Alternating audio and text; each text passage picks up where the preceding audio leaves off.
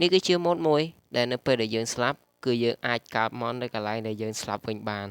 ហើយយើងក៏អាចប្រមូលរបស់របរយើងវិញបានផងដែរអូខេសួស្តីអ្នកគ្នាអ្នករស់លើ Panda Mini ថ្ងៃនេះគឺខ្ញុំមានម៉ូដថ្មីមួយសម្រាប់ចែកជូនអ្នកគ្នាលេងទៀតហើយដែលម៉ូដហ្នឹងគឺមានឈ្មោះថា Better Respawn បើសិនមកអ្នកគ្នាចង់ដឹងថាម៉ូដនេះលើប៉ុណ្ណានោះតោះចូលទៅមើលការ review ទាំងអស់គ្នានៅពេលអ្នកគ្នាលេងម៉ូដហ្នឹងអ្នកគ្នាសូមធ្វើតាមខ្ញុំបន្តិចមកដំបូងឡើយអ្នកគ្នាចុចទៅក្រោមចុចពាក្យថា behavior pack នេះហើយ add ជាមួយនឹង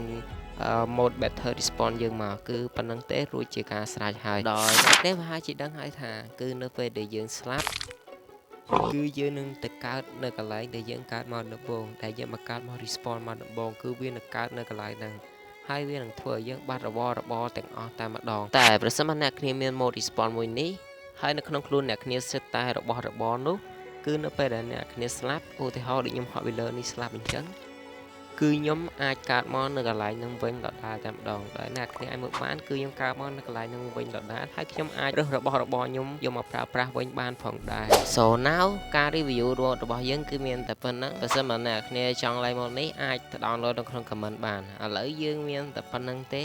Bye